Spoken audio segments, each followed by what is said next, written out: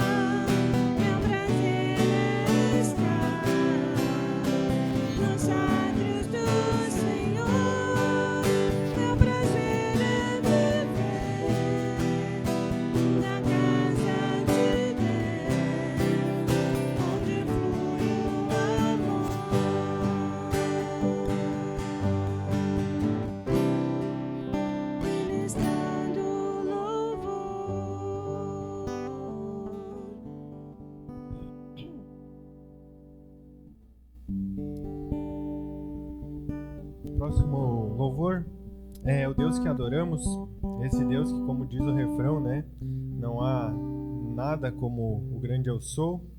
Ele é todo-poderoso e soberano, grande em misericórdia e poder para salvar.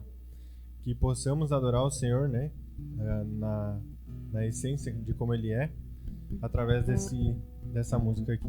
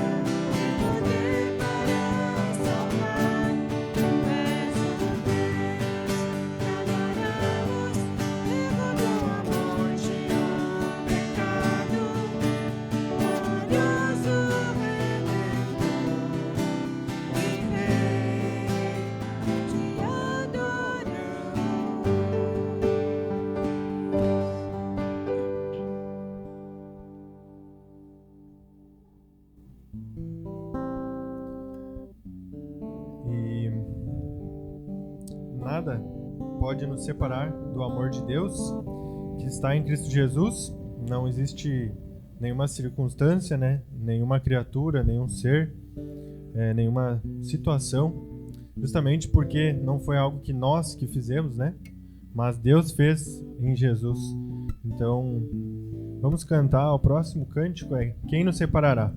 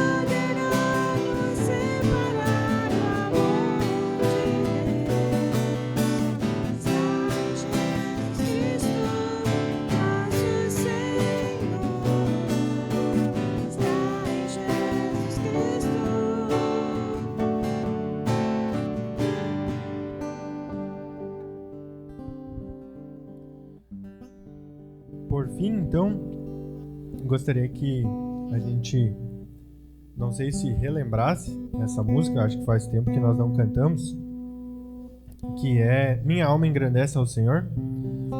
E é uma música muito bonita, realmente de exaltação ao Senhor, né? Pela beleza da santidade dele. E a gente canta no refrão Santo, Santo, Santo, né? É só o nosso Deus que é 3 vezes santo, e ele realmente é único, né? Na sua característica, nesse atributo, né? Somente ele é santo.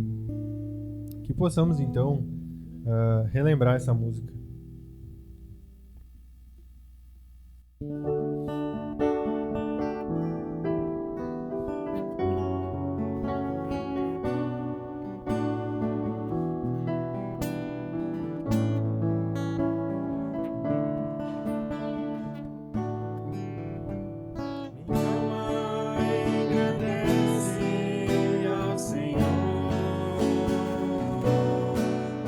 Meu espírito se alegra em Deus, meu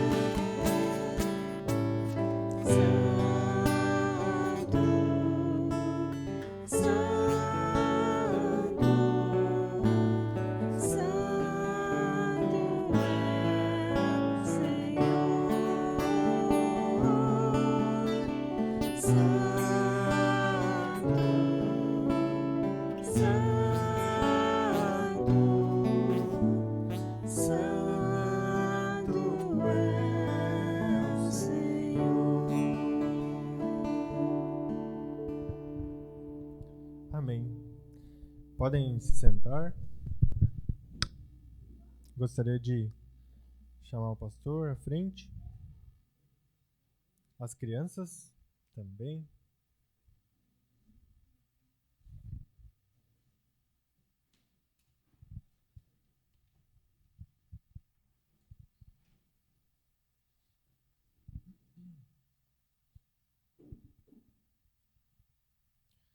Vamos orar então.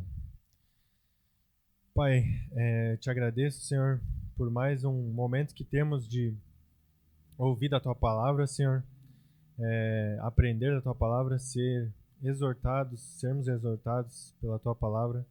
E eu peço que o Senhor use a vida do pastor Roberto essa noite, e o Senhor, ele possa estar falando aquilo que vem da Tua Palavra, Senhor, as verdades da Tua Palavra, e que possamos, Pai, sermos transformados por essa palavra, também meditando, né, nela durante a semana e nos alimentando, Pai, da Tua Palavra. Também peço, Senhor, pelo momento que as crianças vão ter agora na aulinha, e que o Senhor também, Senhor, esteja edificando elas com a Tua Palavra, né, através das professoras, ensinando elas, Pai. Em nome de Jesus que eu te peço. Amém.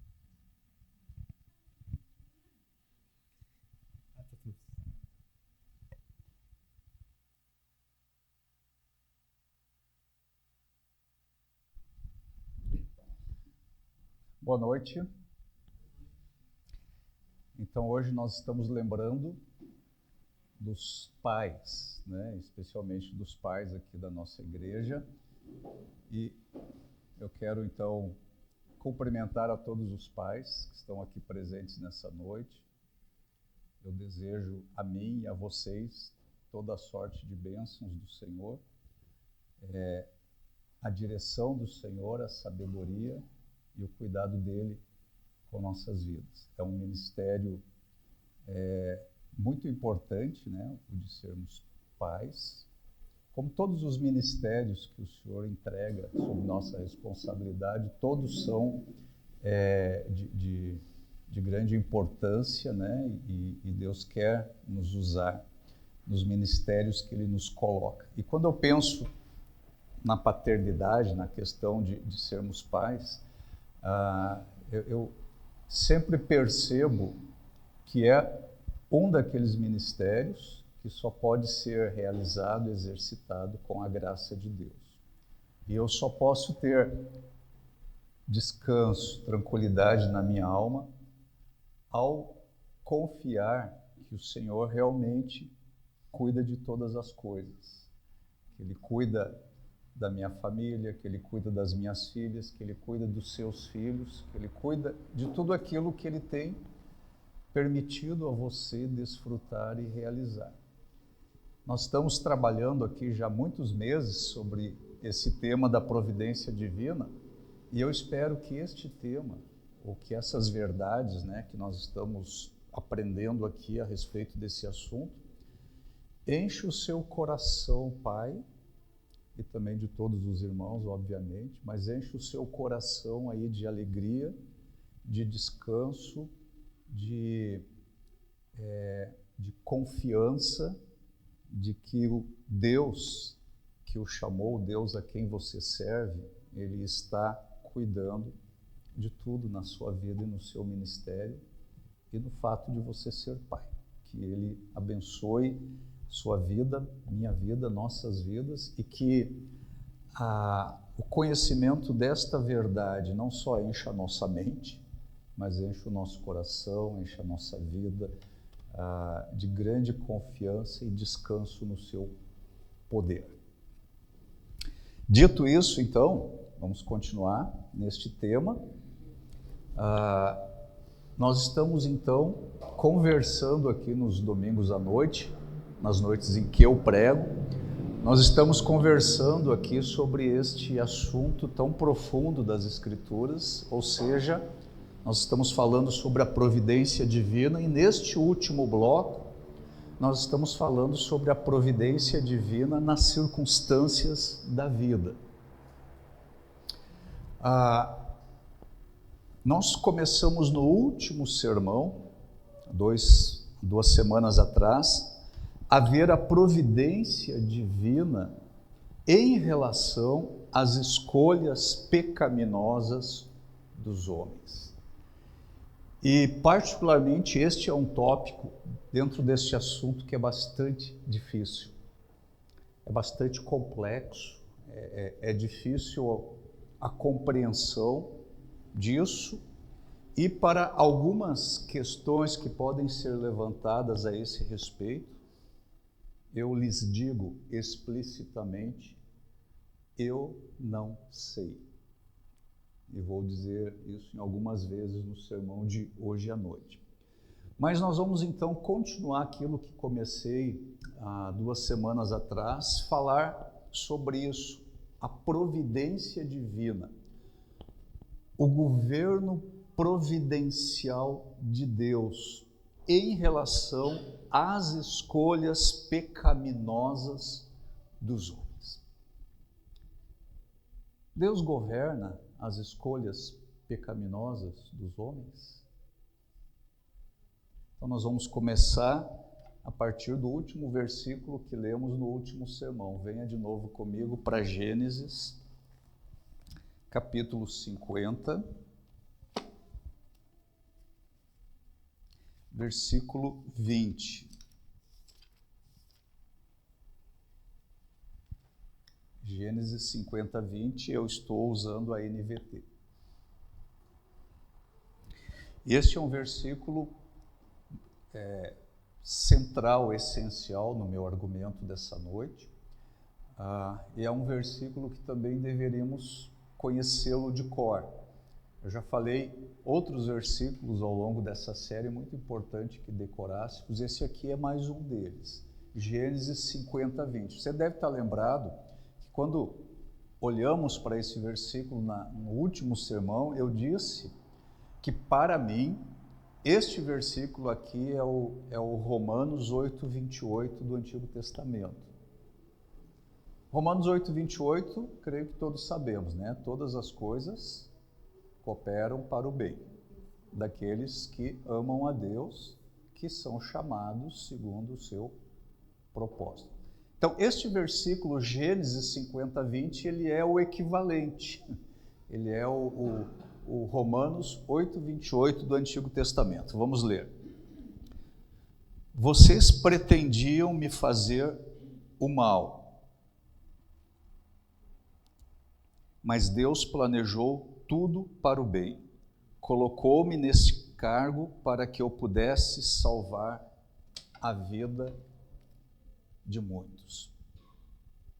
Este versículo aqui, ele resume a providência divina, o governo providencial de Deus sobre as escolhas pecaminosas dos homens e particularmente aqui sobre a escolha pecaminosa que os irmãos de José fizeram em relação a José.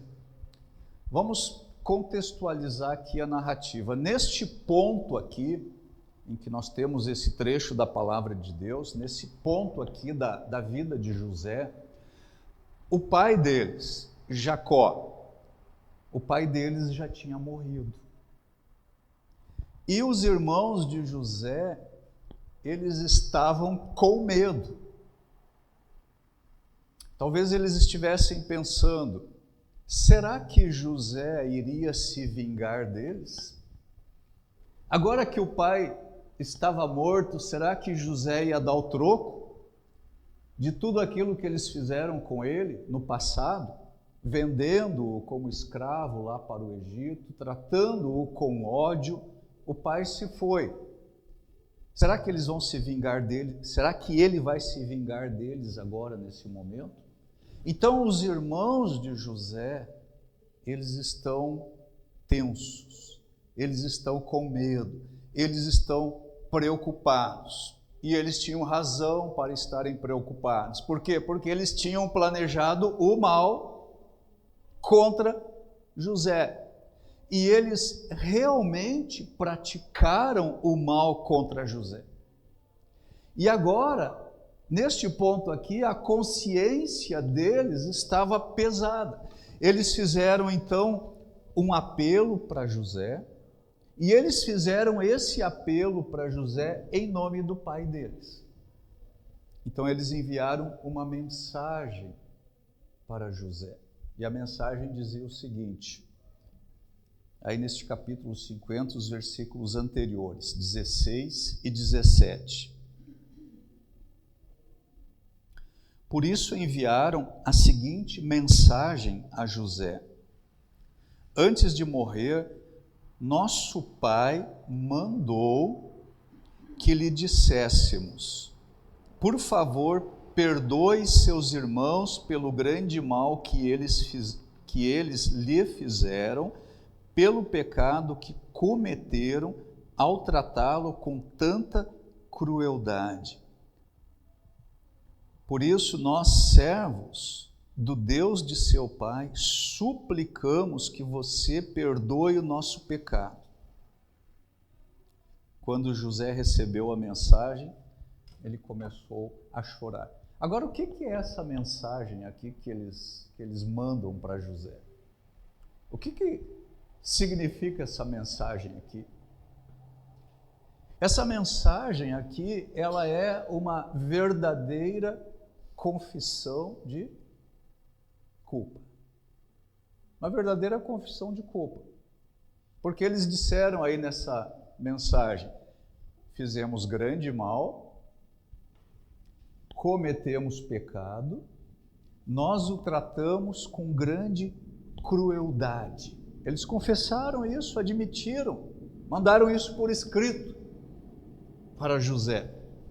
Ao ler essa mensagem, José então começou a chorar. Ele foi às lágrimas. Depois disso, os irmãos de José, eles foram pessoalmente até José. Quando eles chegaram onde estava José, lá no Egito, eles se prostraram diante de José. E eles rogaram por misericórdia da parte de José. E foi aí que José falou com eles. Versículos 19, 20 e 21. José, porém, respondeu: não tenham medo de mim. Por acaso sou Deus para castigá-los? Vocês pretendiam me fazer o mal, mas Deus planejou tudo para o bem. Colocou-me neste cargo para que eu pudesse salvar a vida de muitos. Não tenham medo. Continuarei a cuidar de vocês e de seus filhos. Desse modo, ele os tranquilizou ao tratá-los com bondade. Ok, então temos aqui o contexto deste último episódio aqui na vida de José. E nessa declaração aqui do versículo 20, tem algo que é muito importante e que às vezes passa despercebido por nós, ou às vezes nós interpretamos isso erroneamente. Versículo 20, coloca ele aí de novo. Vocês pretendiam me fazer o mal, mas Deus planejou tudo para o bem. Essa primeira parte aqui do versículo: vocês pretendiam me fazer o mal, mas Deus planejou tudo para o bem. Essa palavra que aparece ali traduzida como pretendiam, vocês pretendiam. E a palavra que aparece traduzida como planejou, pretendiam, planejou, essa palavra aqui é a mesma palavra no hebraico. É a mesma palavra. Então, o que está sendo dito aqui é o seguinte: vocês planejaram o mal contra mim, perfeito, mas Deus planejou o mesmo mal para o bem. E é aqui que nós precisamos de muita atenção e de muito cuidado e de muita cautela. Porque qual é a nossa tendência ao interpretar essa primeira parte do texto? Como normalmente é interpretado isso? Nossa tendência é interpretar da seguinte maneira: vocês planejaram o mal contra mim, mas Deus usou este mal que vocês planejaram contra mim para o meu bem. É assim que nós normalmente interpretamos aí isso. Só que o texto está dizendo aqui, o que o texto está dizendo aqui é o seguinte: os irmãos de José planejaram os seus atos pecaminosos e Deus planejou os atos pecaminosos deles. O que significa isso? Significa que as decisões aí que os irmãos de José tomaram no passado contra José foram planejadas por eles mesmos, de acordo com os seus desígnios pecaminosos, mas as decisões deles também foram planejadas por Deus de acordo com os seus desígnios salvadores. Se você se choca com isso, nós vamos ver outros exemplos. Algo semelhante a isso aconteceu com a Assíria, a nação assírica. Vamos lá para Isaías capítulo 10, versículos 5, 6 e 7.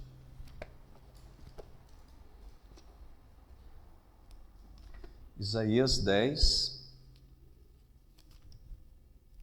5, 6 e 7. Preste atenção aqui. Que aflição espera a Assíria, a vara de minha ira. O que a Assíria era para Deus?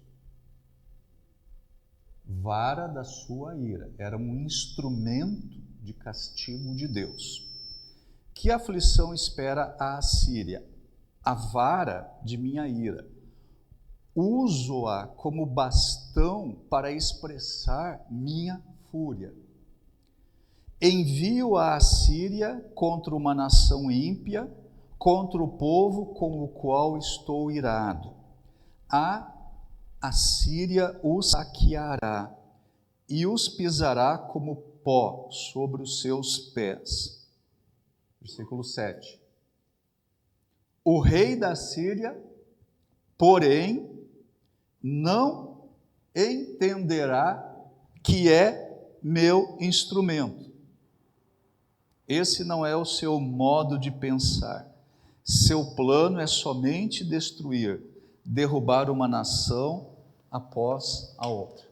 Observe o seguinte: Deus, ele usou a Assíria como instrumento de castigo contra Israel e contra Judá. Acontece que a Assíria, ela nem imaginava que ela não passava de um simples instrumento nas mãos de Deus. Que a Assíria era uma vara da fúria de Deus. E o texto aqui diz que o rei da Assíria não entendia isso. O que ele não entendia? Ele não entendia que ele era um instrumento nas mãos de Deus. O rei da Assíria não tinha este plano de ser um instrumento nas mãos de Deus. Ao contrário, ele imaginava que as suas conquistas, que as destruições que ele promoveu, que tudo isso aí era resultado do seu poder. O plano da Síria era o quê? Diz o profeta. Era destruir, destruir, destruir, derrubar uma nação após a outra. Mas o plano de Deus, nesta destruição, e especificamente nesta destruição em relação a Israel e em relação a Judá, era castigar o seu povo infiel, o seu povo desobediente. Dito de outra forma, a Assíria, ela não se considerava uma ferramenta de Deus. Não se considerava uma ferramenta de Yahvé. A Síria e o seu rei entendia que ela mesma estava levando a cabo os seus próprios planos. Que planos eram esses da Síria? Esses planos consistiam em destruir, destruir, destruir, derrubar nação após nação. E eles faziam isso por crueldade, eles faziam isso por cobiça, eles faziam isso por poder, eles faziam isso por dominação. Então, os motivos das ações dos assírios eram pecaminosos. Eram pecaminosos. Eles planejaram o mal contra Israel, contra Judá. Os seus motivos eram pecaminosos, mas Deus diz aqui, através do profeta, que era ele quem planejava este mal para o bem. Planejava este mal para o bem. Os motivos divinos para este mal não eram pecaminosos.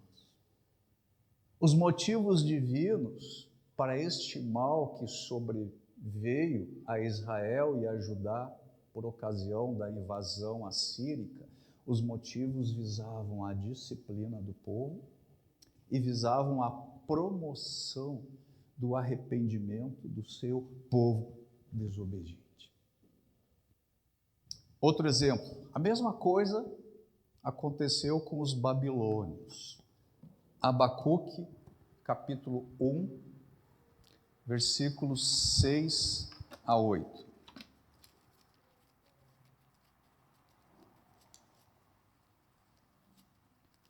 Abacuque 1, 6 a 8. De novo, com muita atenção. Estou levantando os babilônios, um povo cruel e violento. Eles marcharão por todo o mundo e conquistarão outras terras. São conhecidos por sua crueldade e decidem por si mesmos o que é certo.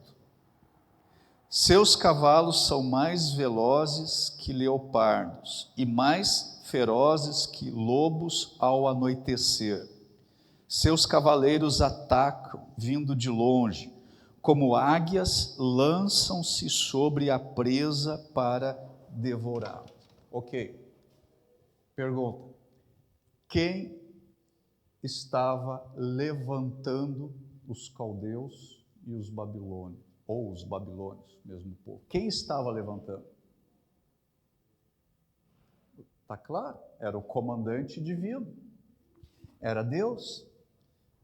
Agora note, Deus planejou que os babilônios invadissem Judá.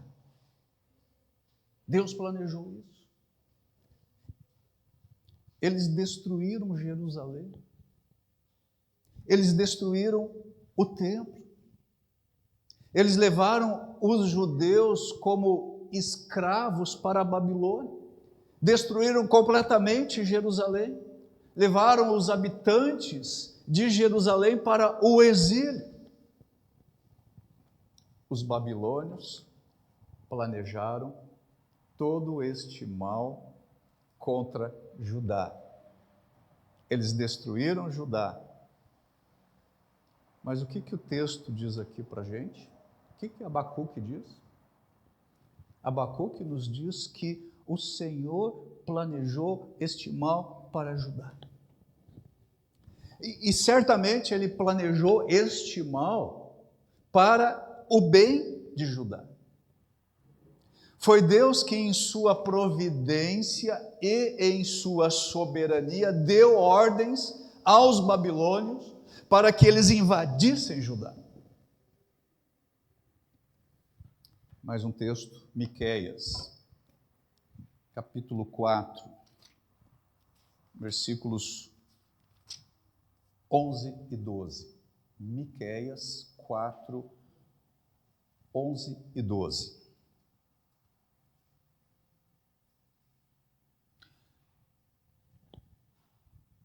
Agora, muitas nações se reuniram contra você, dizendo que ela seja profanada. Vejamos a destruição de Sião. Versículo 12. Mas elas não conhecem os pensamentos do Senhor, nem entendem seu plano. Essas nações não sabem que Ele as reúne para serem batidas e pisadas como feixes de cereal na eira.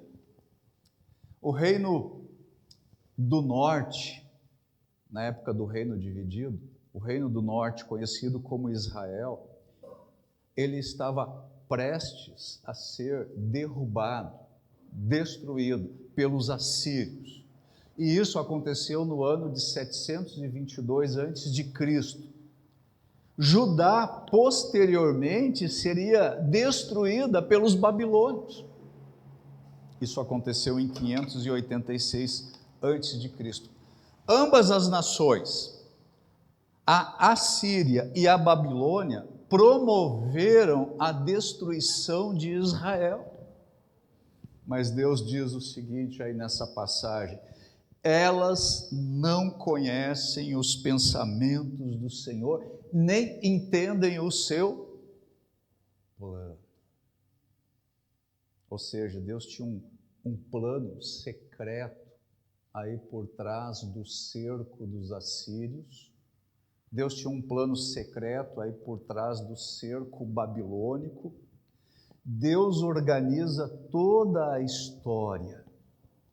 E aquilo que pode parecer para nós apenas um plano de decisões pecaminosas dos seres humanos, Deus faz com que isso seja o resultado das suas decisões soberanas. E é nesse ponto, exatamente aqui, que existe isso que eu chamo de intersecção entre o querer divino e o querer humano.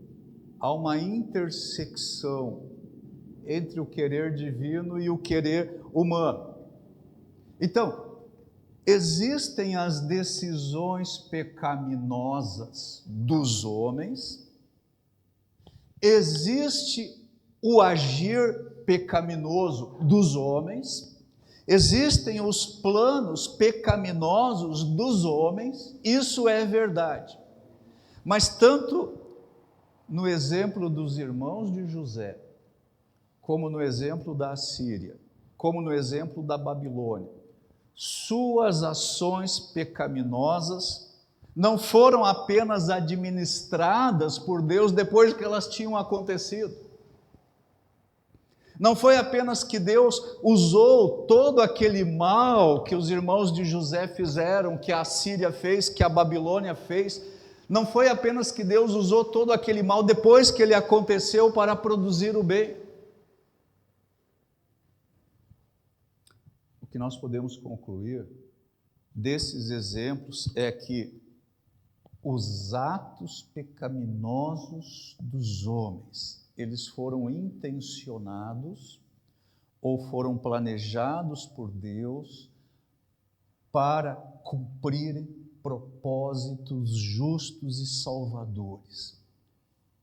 Agora, sabe qual é o grande mistério disso tudo?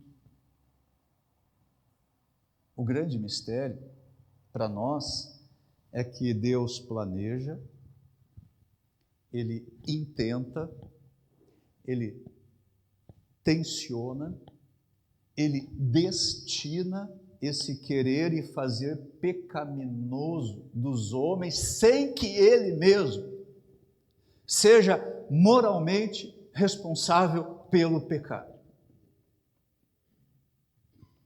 Vamos voltar para Gênesis 50, 20.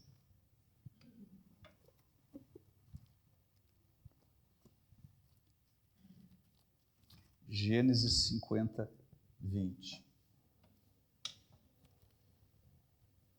De novo, vocês pretendiam me fazer o mal, mas Deus planejou tudo para o bem, colocou-me neste cargo para que eu pudesse salvar a vida de muitos. O que José está dizendo aqui, literalmente no texto, é o seguinte: vocês planejaram o mal para o mal, mas Deus planejou o mal para o bem. É isso que José está dizendo aqui. E aqui é muito, muito, muito importante a gente lembrar daquilo que eu falei no início do último sermão. O Jonas até lembrou na última música que trouxe aqui para a gente. Deus é perfeito em sua santidade. Quantas vezes ele é santo? 3 vezes santo. Ele é perfeito em sua santidade, as suas intenções, os seus propósitos e as suas decisões sempre estão de acordo com a sua sabedoria e com a sua santidade. E esses atos de vontade de Deus, eles não surgem por acaso, no momento da sua execução. Ora, muitos de nós não planejamos nada na nossa vida. Nós simplesmente vamos fazendo e acontecendo. Muitos têm aquela filosofia da música do Zeca Pagodinho. Deixa a vida me levar. Vida leva eu. Mas isso não acontece com Deus. Deus tem planos. E todos os seus planos levam em conta trilhões de fatores. Deus vê o passado, Deus vê o presente, Deus vê o futuro na mesma dimensão. É uma dimensão só. Para nós humanos tem passado, presente e futuro. Para Deus é uma coisa só. Todos os fatores que existem nas miríades de decisões divinas, todos eles se harmonizam para atingir os seus alvos, que são justos e graciosos. Foi isso que o rei Nabucodonosor precisou reconhecer. Daniel capítulo 4, versículo 37, Nabucodonosor faz a seguinte confissão. Daniel 4, 37. Agora eu, Nabucodonosor, louvo, glorifico e honro o Rei dos céus. Perceba, todos os seus atos são justos. E todos os seus atos são verdadeiros. E ele tem poder para humilhar os orgulhosos. Então, Nabucodonosor, ele reconhece que a experiência pela qual ele passou ilustra o princípio de que Deus é soberano e de que Deus age sempre em verdade e que todos os atos que o Senhor pratica, eles são justos e que Ele tem poder para humilhar os orgulhosos.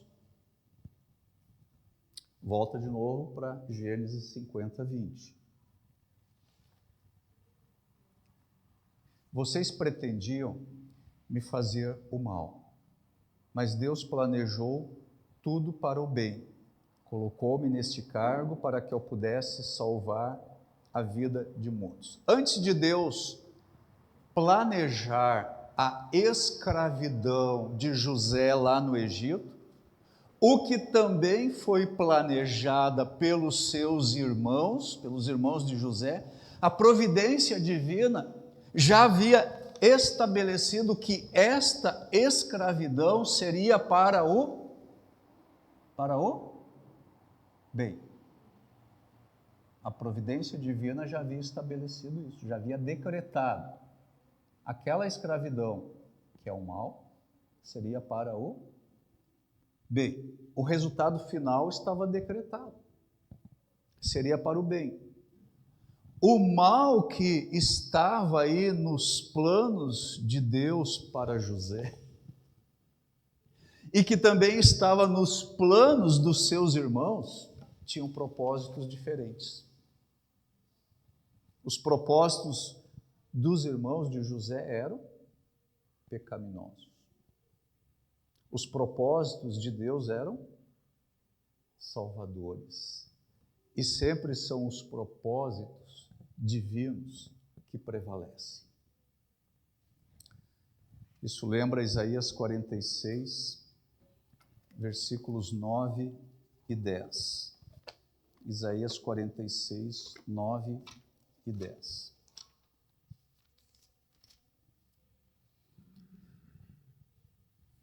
Deus diz através do profeta: lembrem-se do que fiz no passado, pois somente eu sou Deus. Eu sou Deus e não há outro semelhante a mim. Só eu posso lhes anunciar desde já o que acontecerá no futuro. Todos os meus planos se cumprirão, pois faço tudo que desejo. A primeira afirmação importante aqui dessa passagem é essa aí. Pois somente eu sou Deus. Isso aqui aponta para a singularidade absoluta de Deus. Somente Ele é Deus e somente por causa disso, Ele, que somente Ele é Deus, pode agir com sucesso garantido. Deus cumpre os seus conselhos, Deus cumpre os seus propósitos, Deus cumpre tudo aquilo que Ele deseja, Ele faz tudo com vistas ao seu propósito global para a raça humana. E Ele articula, por assim dizer, planos particulares para o cumprimento da sua vontade, que é soberana. Ele diz: todos os meus planos se cumprirão, pois faço tudo que desejo. Isso aqui não é algo que vai acontecer às vezes, eu faço tudo que eu desejo. Não é algo que vai acontecer às vezes, isso aqui vai acontecer sempre. Não vai acontecer talvez, vai acontecer com certeza. Eu faço tudo que eu desejo, porque somente Ele é Deus. Voltando para a situação dos irmãos de José. Os irmãos de José, eles decidiram vender José como escravo lá para o Egito. Tá certo? Agora, em certo momento, eles optaram pela avareza ao invés do assassinato. Mas antes deste momento crucial ali na história, a providência divina já havia decidido algo com sabedoria. E lembra de novo, o fim de tudo o que aconteceria com José era para o bem. Então, nesse momento, quando seus irmãos estavam para o matar, neste momento a providência divina leva os irmãos de José a escolherem pela avareza e não pelo assassinato. Isso mostra o que para a gente? Isso mostra que é Deus quem tem a autodeterminação suprema. Não são os irmãos de José. Ok, colocado esses conceitos todos, a pergunta: como é que isso funciona? Então vem aquilo que eu disse anteriormente. Eu não sei. Não sei. Existem aqui dois atos de vontade. Existe um ato humano pecaminoso. Isso aqui é o mal que os irmãos de José praticaram contra ele e que reconheceram lá naquela confissão de culpa.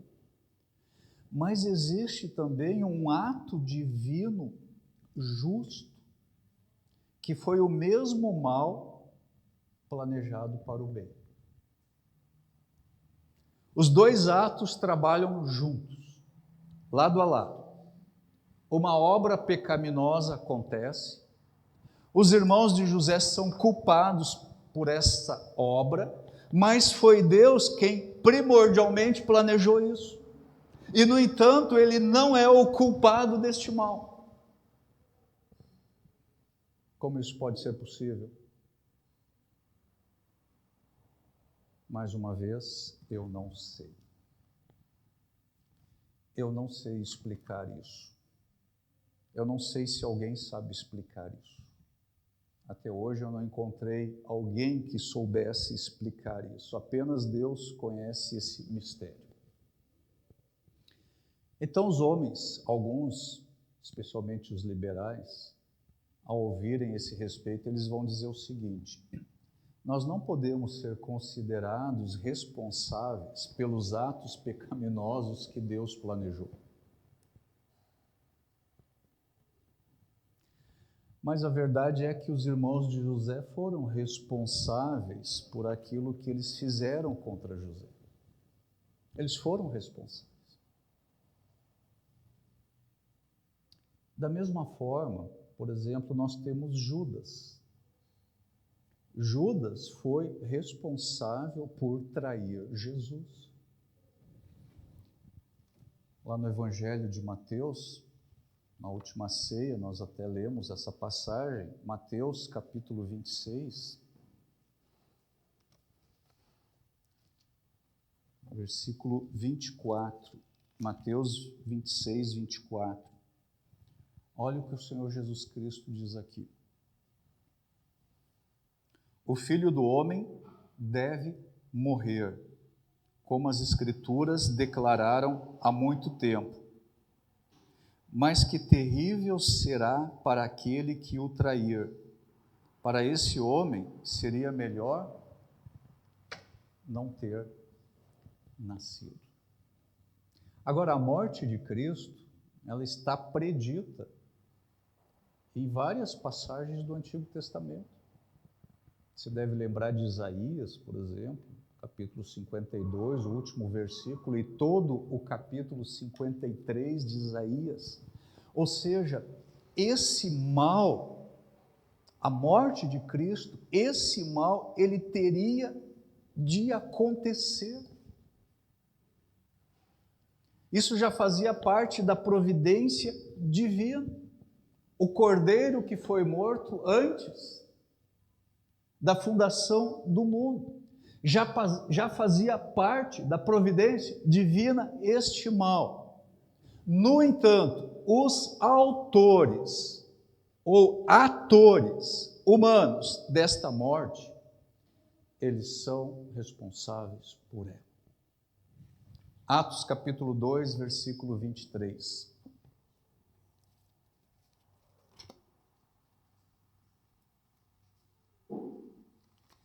Atos 2, versículo 23.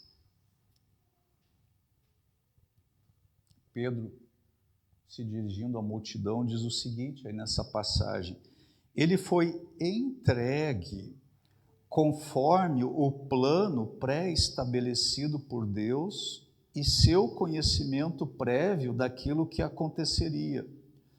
Com a ajuda de gentios que desconheciam a lei, vocês o pregaram na cruz e o mataram. A morte de Cristo na cruz, ela foi levada a cabo pelas mãos de homens perversos, de homens iníquos. Mas isso aqui já fazia parte, diz o apóstolo Pedro aqui, do plano pré-estabelecido de Deus e do seu conhecimento prévio daquilo que aconteceria. tanto a soberania divina quanto a providência divina estavam em curso ao longo de toda a história, para que aquele dia fatídico, miserável, chegasse. Atos capítulo 1, versículo 16. Atos 1, 16.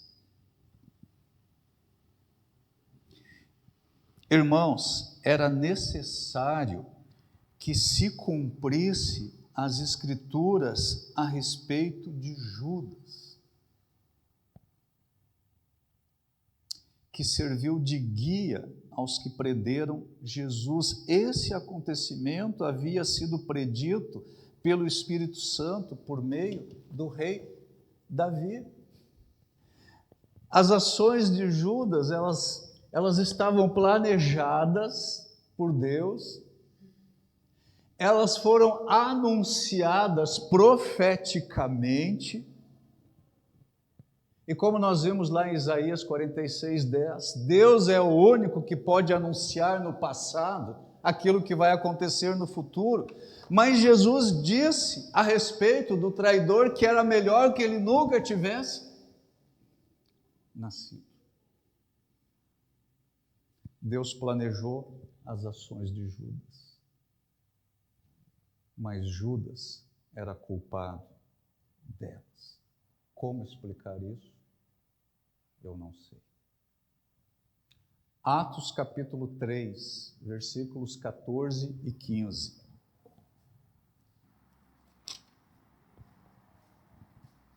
Atos 3, 14 e 15.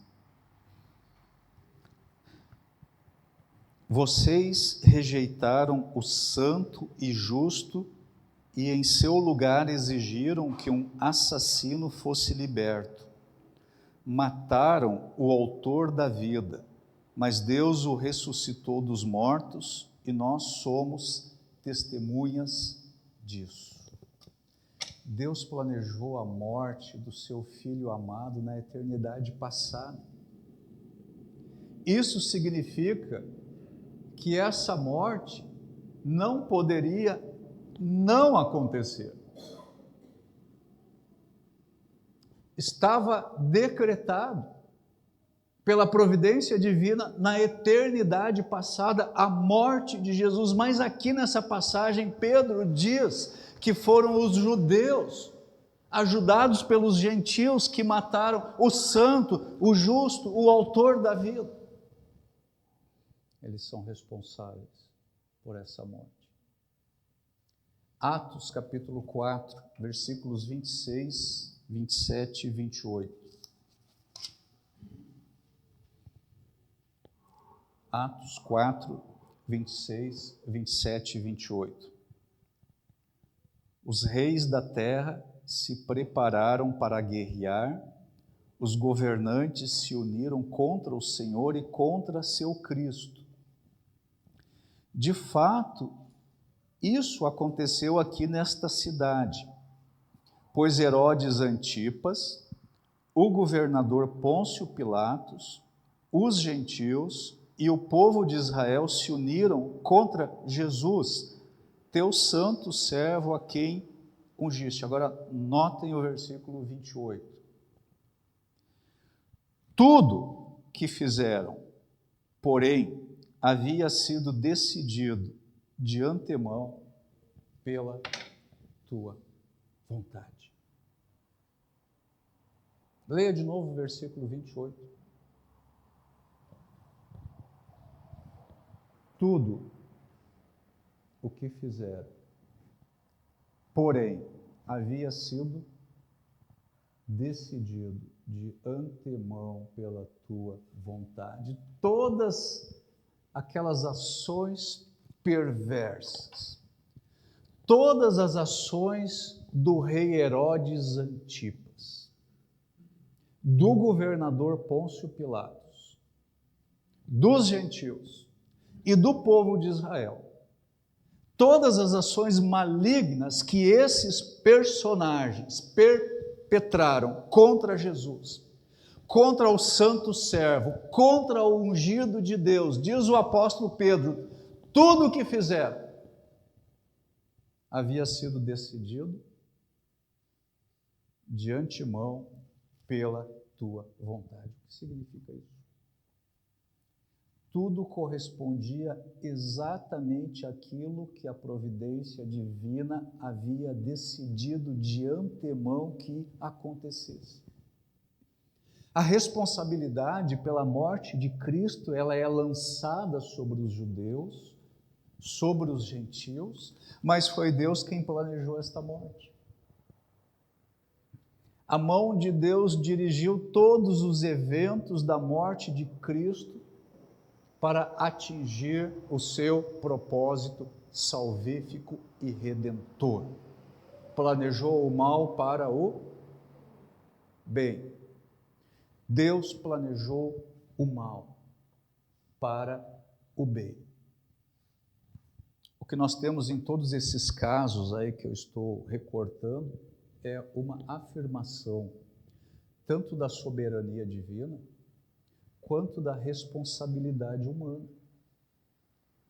No caso da morte de Cristo, toda a rejeição perversa que o nosso Salvador recebeu, toda a acusação falsa, todo o erro judiciário, aqueles açoitamentos injustificados, zombaria, a crucificação que os judeus e gentios infligiram a Jesus e, claro, a traição de Judas.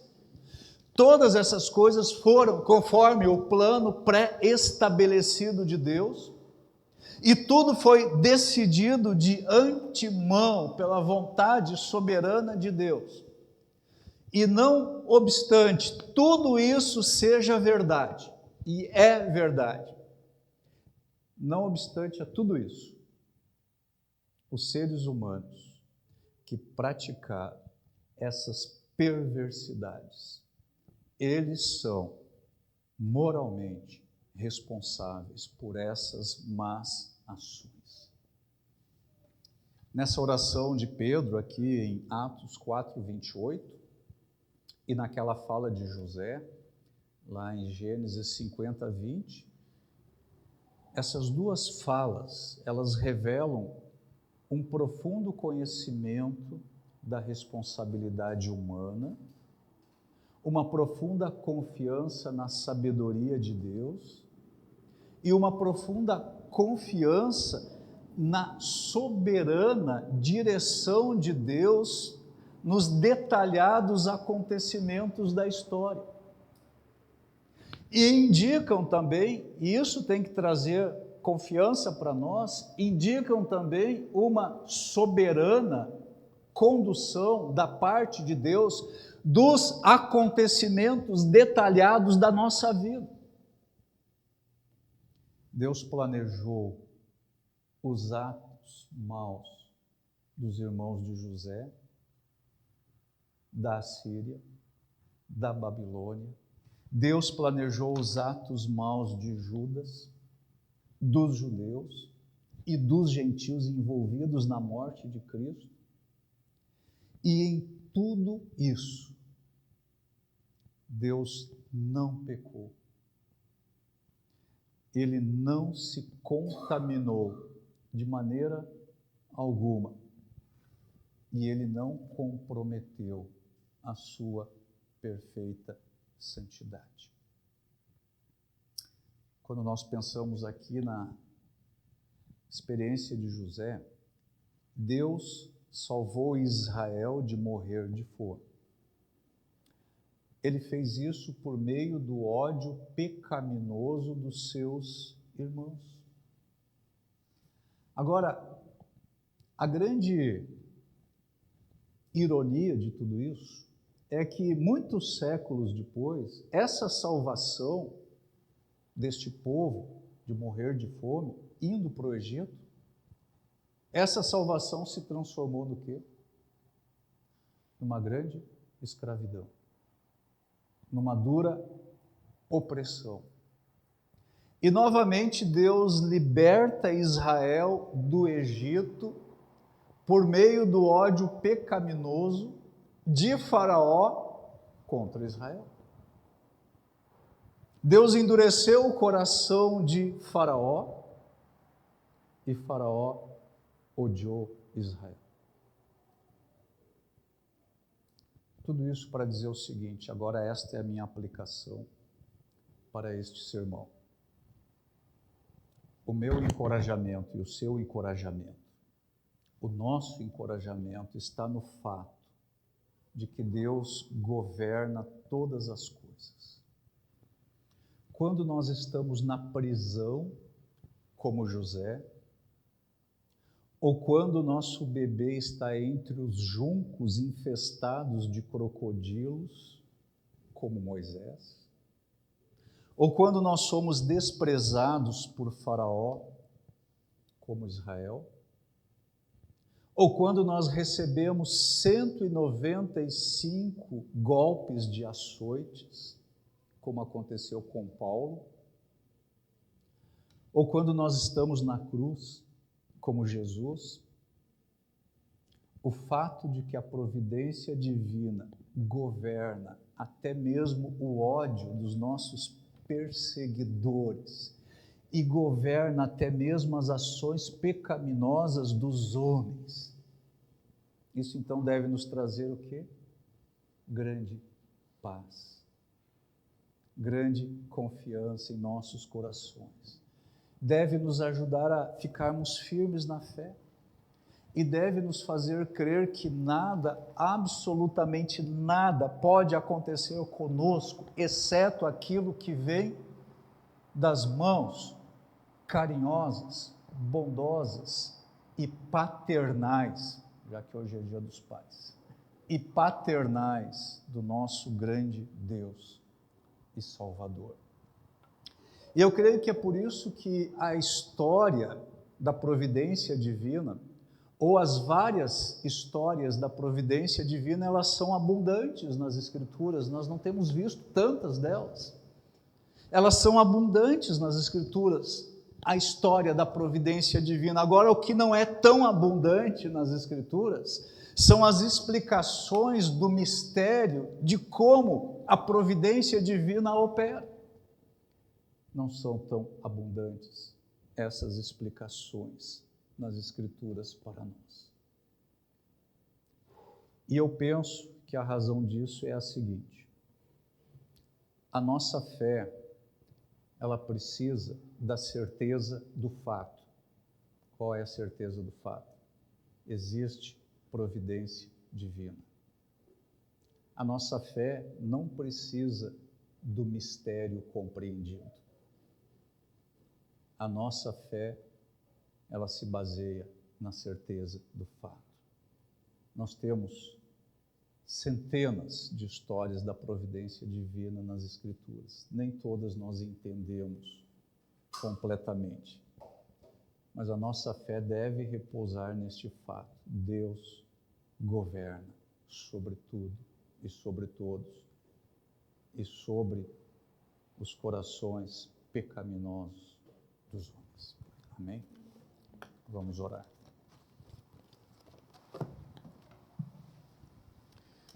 Pai Celestial, mais uma vez eu te agradeço por essa noite, de estar aqui com os meus irmãos, por poder explicar a Tua palavra com deficiência, com fraqueza, certamente. Mas obrigado, Senhor, que a Tua palavra, ela é tão profunda e ela nos atinge profundamente. E eu quero te louvar, Senhor, juntamente com os meus irmãos, porque nós estamos tendo a oportunidade de olhar para essa doutrina tão vigorosa das Escrituras, a saber, a Tua providência. Ó Senhor, completa no nosso coração e na nossa mente aquilo que não foi claro, que não foi explicado. Mas à medida, Senhor, em que nós vamos adentrando nessas águas profundas, que nós também vamos percebendo o Teu grande poder, sabedoria, soberania e santidade. E ao percebermos isso, Senhor, com mais discernimento, que enxergar essas realidades, Senhor, da Tua pessoa e da Tua obra nos ajudem a permanecermos firmes, inabaláveis, sempre abundantes, reconhecendo o Teu agir, reconhecendo o Teu poder, reconhecendo as Tuas direções que dás às nossas vidas em particular e à Tua igreja. Eu peço por mim e pelos meus irmãos que o Senhor nos faça enxergar mais claramente tudo isso que envolve a Tua vontade, que é soberana, os Teus propósitos e desígnios para as nossas vidas. Estamos reconhecendo, Senhor, que nenhum dos Teus planos pode ser frustrados e quando o Senhor age, ninguém pode impedir as Tuas ações. E sabemos que tudo que o Senhor faz de acordo com o conselho da sua sabedoria. Por isso, todos os teus caminhos, todas as tuas decisões, elas são perfeitas. Elas são extraordinárias e maravilhosas. Que nós possamos nos alegrar em ver a direção do Senhor ao longo da história e ao longo das nossas vidas. E que isso nos faça mais confiantes, mais alegres e mais perseverantes em servir ao Senhor e em aguardar pela vinda do nosso Senhor e Salvador Jesus Cristo, em nome de quem nós oramos. Amém.